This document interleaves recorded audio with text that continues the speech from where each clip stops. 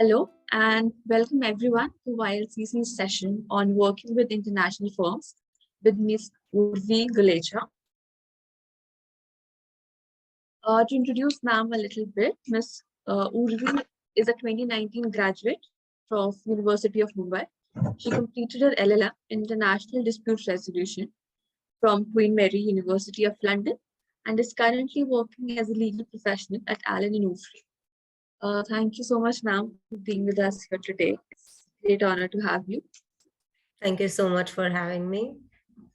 Thank you, ma'am. Ma'am, before we start, take the questions, is there anything in particular that you would like to say to the students? That whenever you're applying, even for university or any job application, or in the whole process of an application, you need to know this, that it is not about the firm that you're applying for. It is about you, and the firm or the university wants to know about you and not what you think of them. So whenever you can, just make it a little more personal, or whether it's your statement of purpose or your CV, your cover letter for applications, and even for your admission applications. The more personal you make it, the more edge you have over other applications. So that's always the key. Okay, thank you, ma'am. We'll take the questions now. Ma'am, the first question is like a bit generic, like a little bit about your background and what were the motivational factors, honestly, that made you choose law, like as a career? And what was your idea when you were like starting out, when you thought that, okay, this is what I want to do? What was your idea of law and justice? And, like you've done your graduation and your post-graduation, now you're working. So do you think that that idea has maybe altered a bit? Definitely, because when I started thinking of law as a career option, I started preparing for my CLAT and other entrance exams. And this was just one of the many options that I had for my career. But as soon as I started preparing, the legal aspect of it, the basic subject of torts really had my attention. And that's why I decided to go on with it. While I was studying, I realized that law is not just about academics and books. It's more about the practical aspect of it. And what you need to do is, while you're studying, make as much as opportunity you can to work. And that's what I did while I was studying at University of Mumbai. Somehow the University of Mumbai allows you to work alongside your graduation. That gave me immense opportunities to work with lots and lots of firms. And the more practically you get involved during your graduation, the more sense your books will make. So that's always a win-win situation. My idea about law and justice is that, well, this is clearly not an ideal world that we're living in, because you don't agree with most of the judgments that are made, and some of them are politically influenced because of how the political demographic of our nation is. But to be fair, you're part of that too once you graduate and once you start practicing. So there are just always these little tweaks that you can make to be part of the system and start altering it to what your beliefs are and your perception is. Thank you, ma'am. So, ma'am, you think that as a student, like as a law student and as a professional, things do change, right? When you like enter the world per se, you think that, okay, it is not as, like it's not a bed of roses as we thought. It has its own thorns as well. Yes, Thank you. For sure.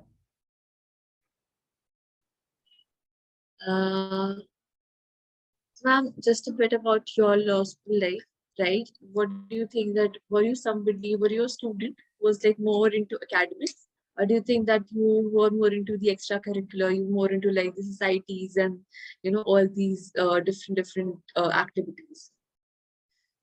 So law is a 5-year course if you do it right after your high school. I divided it into two halves. The first 2 years of my life was completely filled with extracurricular activities, lots of conferences, lots of Model United Nations, lots and lots of organizing events and parliamentary debates, which gives you an exposure to a different kind of world. Also, it builds your confidence, and if someone has stage fear, it would go away, because a life of a lawyer is basically being on stage for the rest of your life.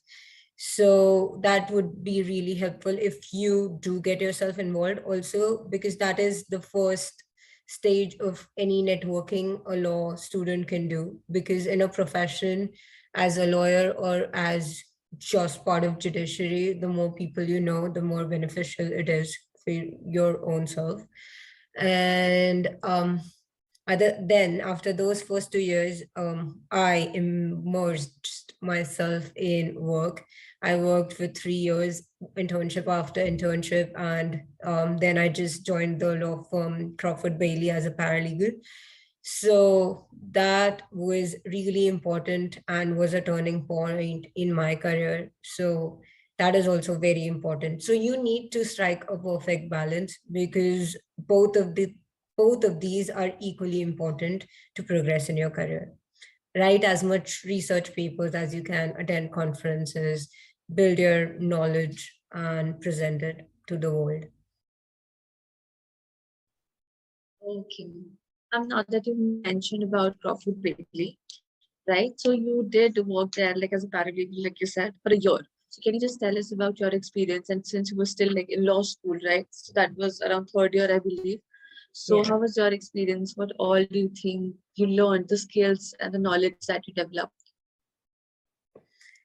Working at Crawford Bailey opened the world of what actually the practical field as a lawyer is. Because when you're studying at a law school, you don't know, you're of course taught drafting, but once you start drafting, only then you know that what is the legal language that is expected out of you. What is How do you liaison with your clients? All these are just very important aspects of this profession that you're not taught in universities.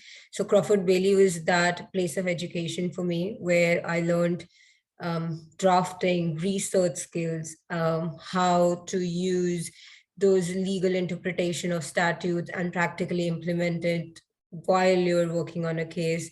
How to be in a political environment where there are all kinds of seniors expect you to do the work.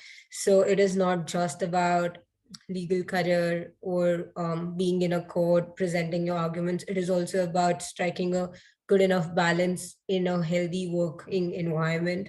So that is also important. That taught me how to be professional, and as well as keep my work life balance going.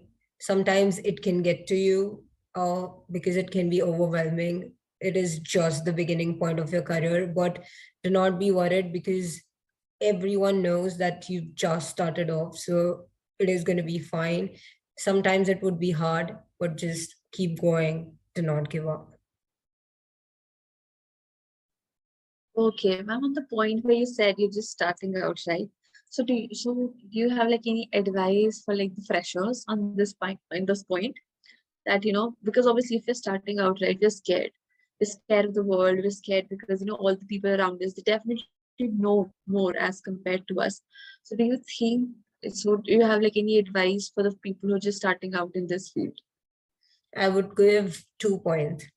The first being, if you're handed over a task, do not go with an answer, no, I could not do it. Rather, just say that, can you help me? Ask for help rather than saying no, because the senior is giving you a task knowing that it's going to be difficult for you, but they're not looking for a right answer. They're just looking for you to put that effort. So when you just say that, no, there is nothing on this research point, they know that. They know that there's exists something. All you have done is not try hard enough. So do not come up with no as an answer. Sometimes it is very very difficult to find some certain research point. I definitely understand that. I've been there. But what I have learned over my time is that no question is stupid question. So no matter how small that question is in your head, just ask, because that would always help. Number two would be, do not repeat your mistakes, because once you do that, that would leave an impression in whoever you're working with, and that obviously affects their judgment on you. So do not repeat your mistakes, learn from your mistakes. It's good, it's amazing to make mistakes, because that is just, they expect you to make mistakes. So you're not at all, risking your position in that firm. Rather, you're, gonna grow. So that is very important. Okay, so now any personal experience that you would share where you think that, when you were handed over some work, but then you did not have the right answer, but then you seeked help and then it went through properly? Yes, because that has been my experience. I was given some given an opinion to draft as just a fourth year law student. I had no idea how that works, but I still prepared my first draft, handed it over, but I said that I have attempted this, but I know I might be completely wrong. But if you can spare some time to actually go through with this with me, it would be really helpful for me. Once my seniors sat with me for 2 hours to actually make me understand what goes in a legal opinion, and all those mistakes that I had made, I ensured that in the next opinion or the next draft that I submitted, no such mistakes were there. And that's what created an impression that she's the one who knows that not repeating mistakes is key to the legal profession. So my mistakes, though the first time I ever made, were always considered as a learning point. Thank you, ma'am. Now the next question. So it's about Q Legal. So when I was reading about it, so I read that Q Legal provides free legal service, free legal advice, workshops, and resources to tech startup companies at Queen Mary Legal Advice Center. So can you just let us know more about Q Legal and what were your roles and responsibilities as a legal aid there?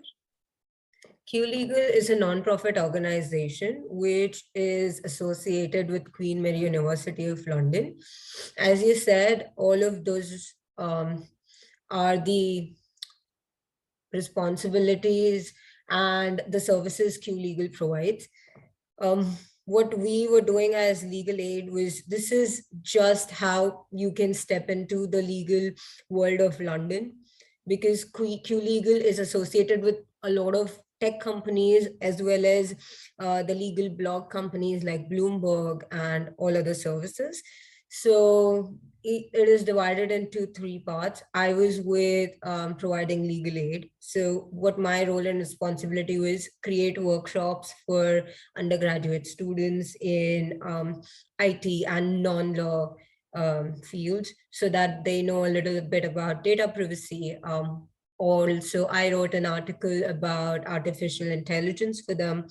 So the thing is, with Q Legal, I was able to tap into the world where you see the practical aspects of how the legal sector in United Kingdom works. They give you lots and lots of trainings that how a presentation should look, how the CV is supposed to be curated, how to make it more personal. A lot of my colleagues from Q Legal, when they were working as a legal advisor for companies, those companies retained them, and now they have jobs at Bloomberg and various IT companies where they were legal advisors.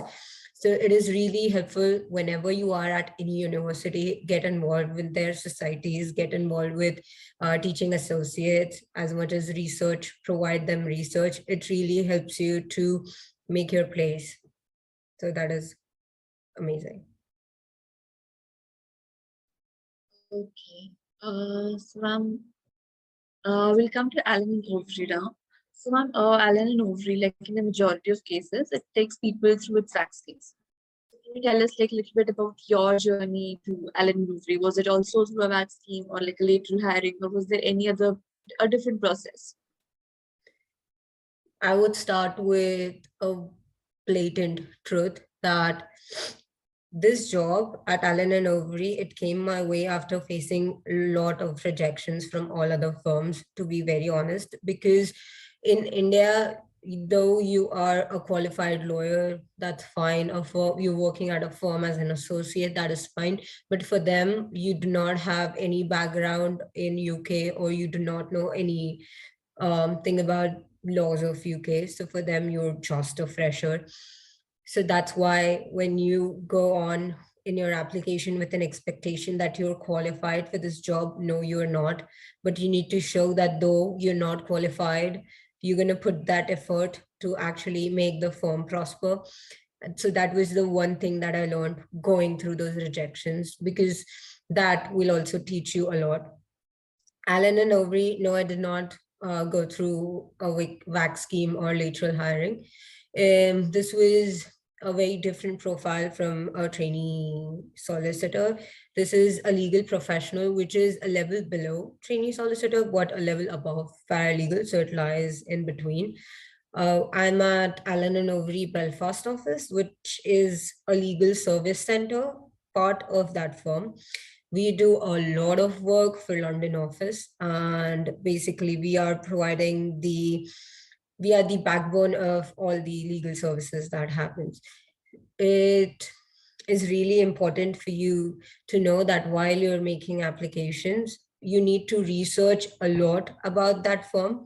You need to not just go through their website and figure out what the firm is all about, but you need to also know that what are the firm's diversity and inclusion programs, what is the firm doing for corporate social responsibility, what is the firm's input about climate change and all the social activities and issues that exist in the world. Once you know and gain knowledge about all of those, make sure that you relate that to you and your work and present it in that way, that that's why you will make a good fit. For example, the Legal Service Center of Allen and Overy is a huge, and they hugely strive upon their legal technology. So I made sure that I researched upon what tools they use, learn a little bit about them, and then use that in my cover letter while I was applying it. You need to make each an application. You need to change your CV as per the law firm. It is very important. You cannot have one standard CV for everything. You need to have it personalized according to the law firm needs. There would be certain values written and mentioned on the firm's website. Make sure that you use them while you're describing your work experiences. For example, attention to detail is very important for Allen and Overy. So I made sure that while I was even describing my work description for TK Maxx, I made sure that I put attention to detail while I was working at TK Maxx. So for them, no job is small, even if you're a retailer or a waiter or just any job, it is very important for them. So make sure you mention everything. And that is for every firm, because the values that they are mentioning on their website, it is there for a reason. So make sure that you read each and every word clearly and make sure to implement it in your CV and cover letter. Okay. So, ma'am, there's this one point where you said that, like, how you started it, that it is after a lot of rejections, right, that you got into Allen Overy. So, ma'am, how do you think that how did you deal with the rejections? Because usually people do get very rejected after, facing all of this, and they take it as like a personal inability. So how do you think if somebody is going through this, how they can deal with it and like not take it as something that is like a personal inability, but learn from it? As I said, and this is the key principle that all legal professionals should strive upon: do not repeat your mistakes, rather learn from them, because you're not being rejected because you failed somewhere. You're being rejected because there's just someone who presented themselves better than you. You might be as good as them, all you need to do is make sure that the law firm sees that. And this is, I don't want to be prejudiced, but in India, our mentality is that way, that you need to impress the person who's going to hire you. No, over here, it is different. Internationally, you need to present yourself not to impress them, but for them to just know you more better than what you appear on paper. So that is what is important. Do not feel bad that oh, they rejected me because there's something wrong with me. No, there's something wrong with your application. So that is the key point. So what you need to do is, next time, make your application better. Go through career counseling services, submit your CV. They will obviously point out what went wrong. The language internationally that is used in even in your CV is very different. They focus more on the skills that you received while performing the task, not the task that you performed. So that is a little different from the Indian standard CVs. So that was my first few mistakes that I made when I just started out, that my CV was based on the Indian standard. And I'll give you one example from my CV. In India, it would have read as I assisted in drafting um, notice or an affidavit of service, or but in UK I changed the language, demonstrated drafting skills while working on. So you need to focus on demonstrating that skill rather than telling them that what you actually did. So that is a very key point in applying for like international law firms. So yeah. Yeah, in India, ma'am, obviously, I think it's more like you said, we mentioned that we drafted this, I researched on this, I assisted the, let's say, the senior partner. So that's like given that that holds more water here as compared to what you said is the norm in UK, right? Yeah. Ma'am, about Allen Overy only. So if a student wants to apply for a vac scheme there, what do you think? Like, can you just tell them like how they can do it? Plus, what skills according to you like are important while we're applying for a vac scheme in UK particularly? As I said, attention to detail, working under pressure in a fast-paced environment, importance of work-life balance for you. All of these factors are very important. Go one step ahead and look for what is different about that firm and relate it to you. Why you like that thing about that firm is very important for that firm to know.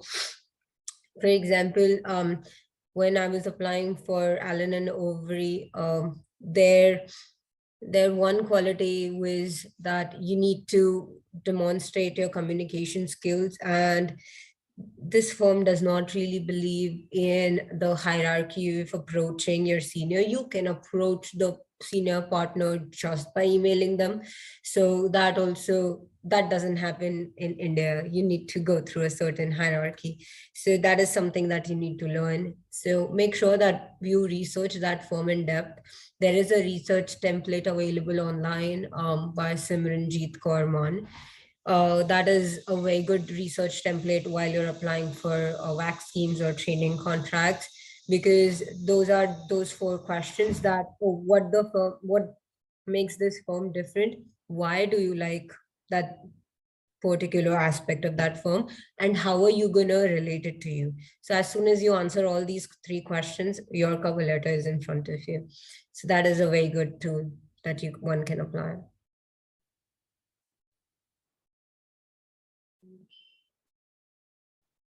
Ma'am, this is the last question. So it's just a basic questions like currently that you're working at ANO. Just want to know how does a typical day look for you, and what are your like current roles and responsibilities at Allen University?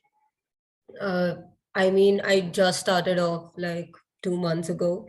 So for the first 1 month, we were training 100%. So we were taught the business law aspect of UK laws.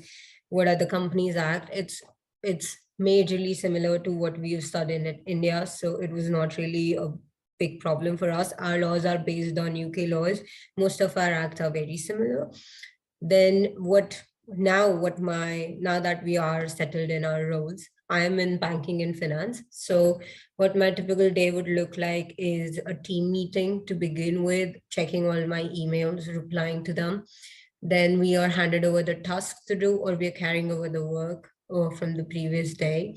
My usual work would be drafting some formality certificates or curating the CP, condition precedent process, for a bank or a revolving facility.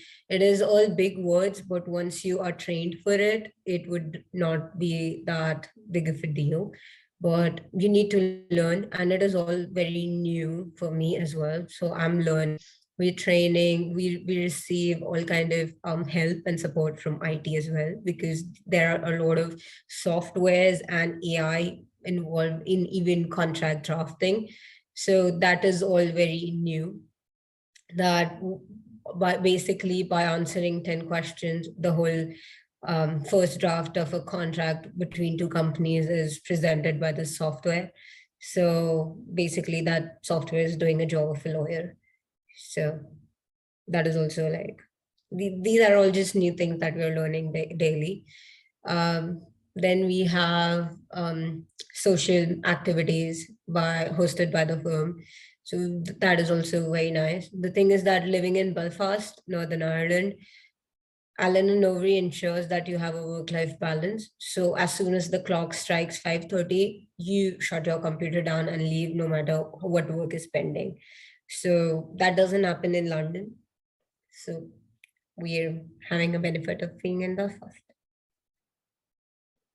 Yes, definitely. Yeah. So ma'am, the last question that I personally wanted to ask was, so that you worked as an associate in India as well. Now you're working at a law firm in Belfast, right? So how do you think has things been different for you? Obviously, the work is different, but according to the culture and the work-life balance, like if you could just share that. The whole complexity of a junior and a senior that exists in India is redundant in UK. There are no walls between a senior and a junior. It is very much a possibility that the work that they are doing would be done by you too. So it is not, uh, you know, it is not the wall between that. No, you are my junior, you cannot cross this line. No, there are no such lines. The communication is very healthy. And by this just happened to me yesterday, that um, a senior did not go by the approach that was suggested by me. Fair, because they, of course, they would know much more. But then the client came back with the approach that I had suggested the very first time. The senior admitted their mistake on an email. That never happened with me in India. And these are just small things, but it means a lot to you, because we don't expect that of your seniors. Also, like, I'm not dissing India at all. I loved working in India, because the kind of exposure you can get in India, you cannot get abroad. Because the thing is, you can work for each and every department at once in India. You cannot do that over here. It's very departmentalized. So if you're just doing banking, you're going to do banking. At Crawford, I was involved in drafting a red herring process for an IPO of a company at the same time while I was drafting a petition for a litigation thing. So I got everything. So that is something that you're not going to get abroad. They really believe in consolidating and streamlining the service that you're involved in. In India, you're home, so you're very like, surrounded by people who would understand you, and they've been through something similar as you. So there will always be this comfort zone, which will not be present over here. Over here, you'll think 10 times before asking a question, because you're in back of your head, you're thinking, what are they going to think about you? I'm trying my best to not let that get in my way. But in India, I was very close to my colleagues, even my seniors, because that is just the relationship that you have with your seniors in India. These are just the differences between two, but both of the places are amazing, and it really depends on where you want to take your career. So career in India is also amazing. Okay. So ma'am, the last final advice for the audience members, law students or professionals who are like, watching this. Okay. I would just say that because it is completely, I think, irrelevant or unrelated, but I have received a lot of questions regarding do you need to do your master's abroad to actually get jobs in firms abroad? No, no, you do not. You do not need any kind of education abroad to apply for jobs because when you're applying for a trainee position, they know that they need to teach you everything from level zero. So they don't expect you to know anything. All you need to do is make that strong of an application that they're unable to reject you. A lot of my friends, even like a lot of my colleagues with like 4 years of an experience as an associate were literally hired by a law firm as an associate, not even trainees. Then they were the firm paid for them to qualify in England. So this is always worthy. So this is one advice that I would give, that do not think that masters is important. It is not. Mm.